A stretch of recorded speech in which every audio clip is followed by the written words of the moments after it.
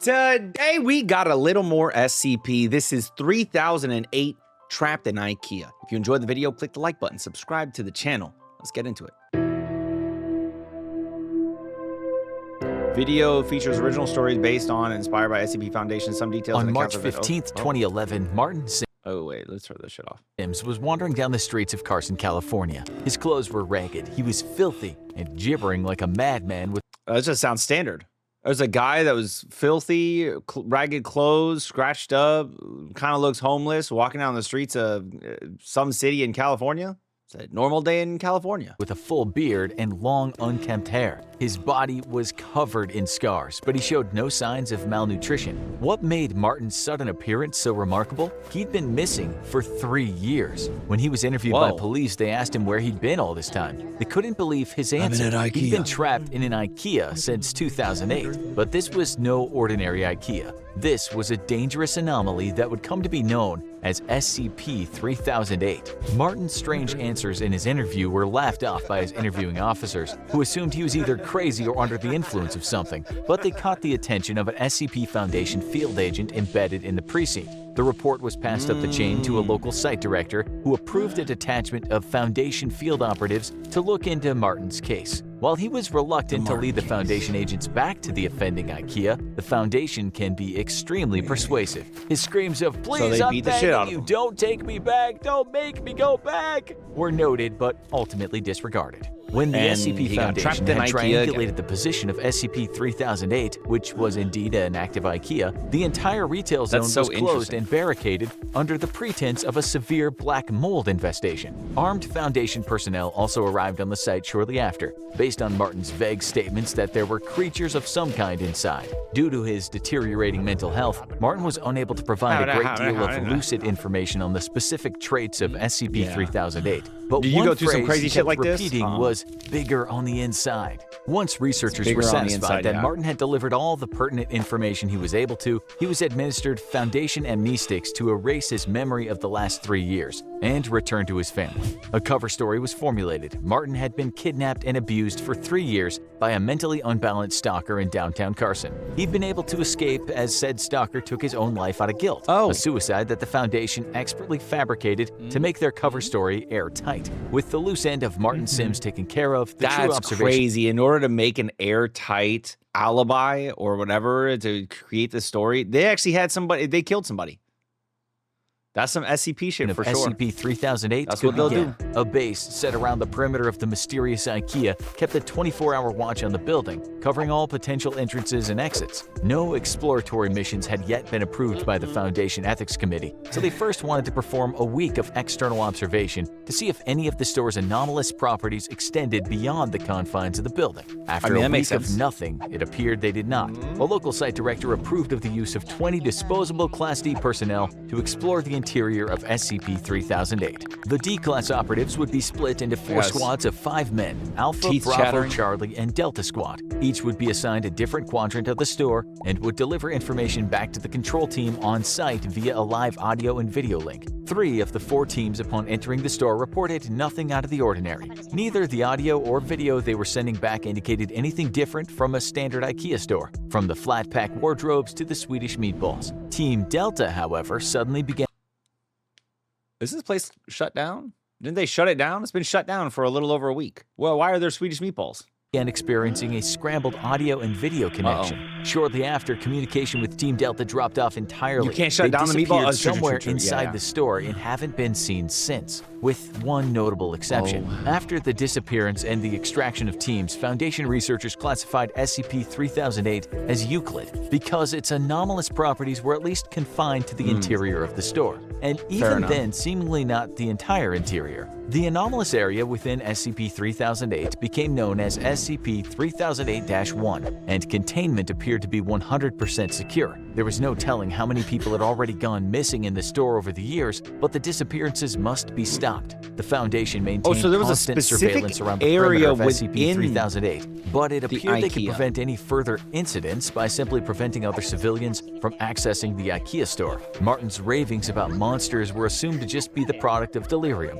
until until a surviving member of Delta Team suddenly reappeared. The date was November 3rd, 2011. It was a cold night, a few hours after what would have been closing time if the store were still active, and 7 months after the extraction teams had disappeared somewhere in the confines of SCP-3008. There had been no anomalous activity outside the store since the perimeter was first secured, and the Foundation researchers hadn't expected that to change until the last surviving member of Delta Team came barging out of the store's entrance. Startled field operatives were amazed to see him again, but they were even more amazed to see what was following him out of the store, repeating the same phrase. A faceless "The store is man. now closed, please exit the building." Despite the fact that the entity chasing the Delta Team survivor was wearing the yellow shirt and blue pants of an IKEA store employee, the being definitely was not human. It was around 7 feet tall with no visible face. The entity had grossly extended limbs, with each arm being around 5 or 6 feet long and ending in a huge oversized hand. The whole process was so sudden that the field agents present at the perimeter weren't able. Wait, if it's 7 feet tall, then its arms got to be going down to damn near its ankles.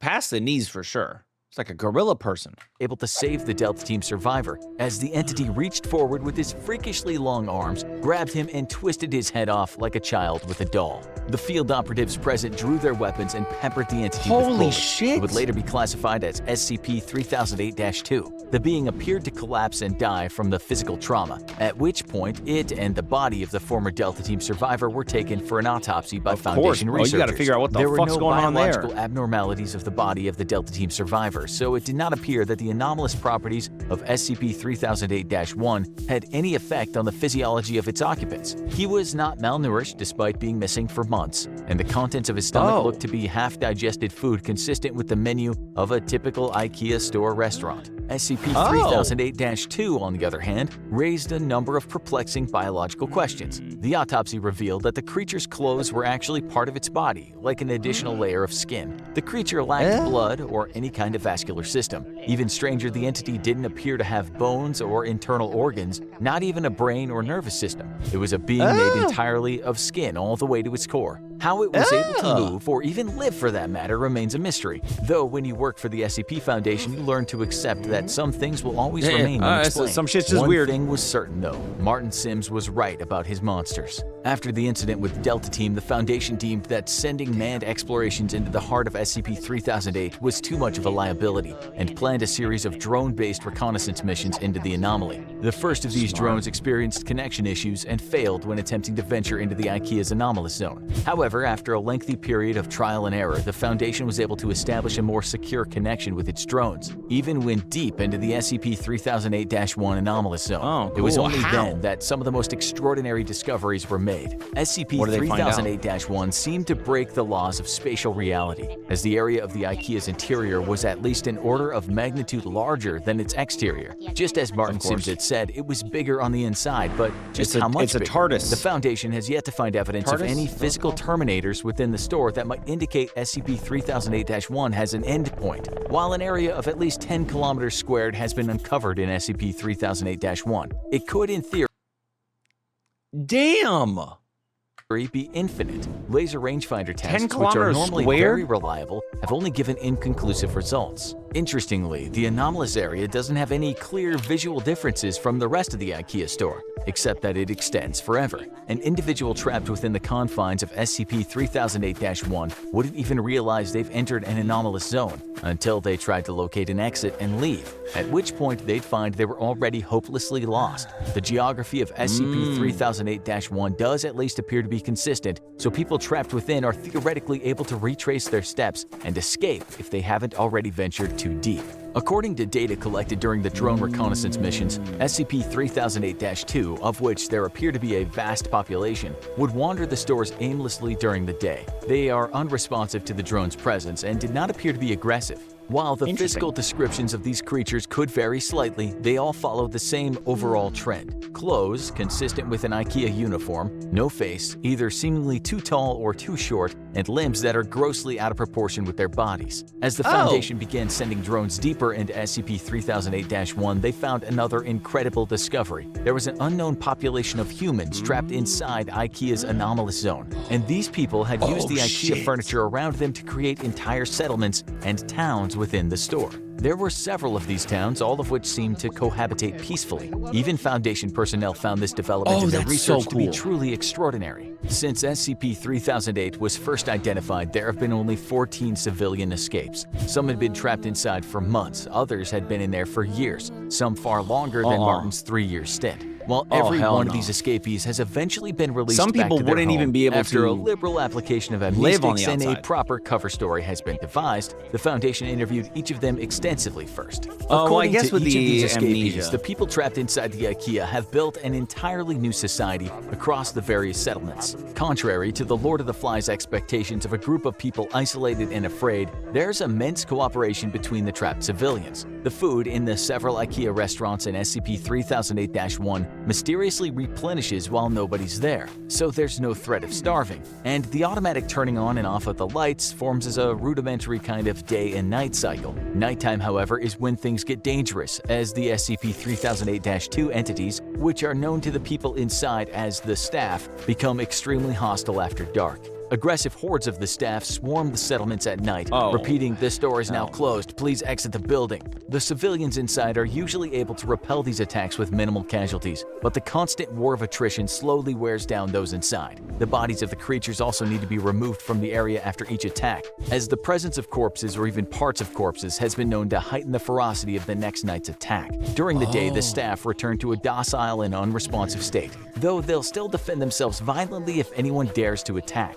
Over the course of the interviews with the 14 escapees, Foundation researchers were able to answer another of their key questions. How had so many people gone missing in the store? Bro, this would be a really dope ass, this would be a great movie. This would be a phenomenal film. Well, I don't know about phenomenal film, but it would be a very entertaining film about an infinite IKEA where like settlements are created inside of the IKEA. That's kind of dope. I would watch that movie. For so long without being noticed, but the answer they received only raised many more unsettling queries. According to the escapees, there were people inside the settlements that, despite being otherwise of entirely sound mind and standard intelligence, seemed to lack very common knowledge that even a child should know. For example, some of them weren't aware of the International Space Station orbiting the Earth, or stranger still, the existence of the Statue of Liberty. This led the researchers to a frightening conclusion. SCP-3008-1 may not only be a nexus point of multiple IKEA stores in our dimension, it could be connected to IKEAs in every dimension where IKEAs exist. While it only abducts a handful of people from each store over an extended period of time, it suddenly becomes clear how this SCP was able to trap so many people without detection over such a long period of time, which in turn led to an even more terrifying revelation. The SCP Foundation may not have SCP-3008-1 as contained as they thought. Yeah, I mean, there's other dimensions and shit store somewhere where near it could you, be. just waiting for you to visit. After all, there's always room for one more. That's kind of crazy.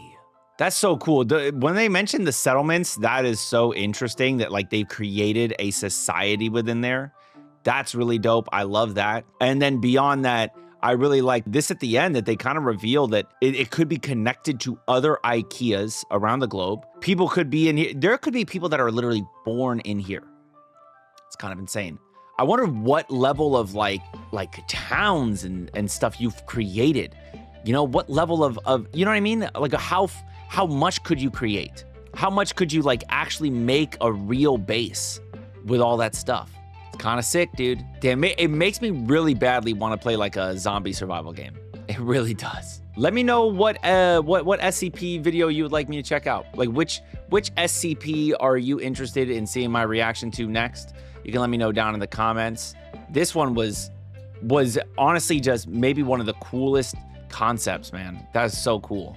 It's also like creepy, obviously. Like if you get like it makes you think, man, maybe going into IKEA not a good idea. Maybe it's not a good idea. Anyways, yeah, I'd love to hear your thoughts. If you enjoyed the video, click the like button, subscribe to the channel. Until next time, make sure you all keep it fresh.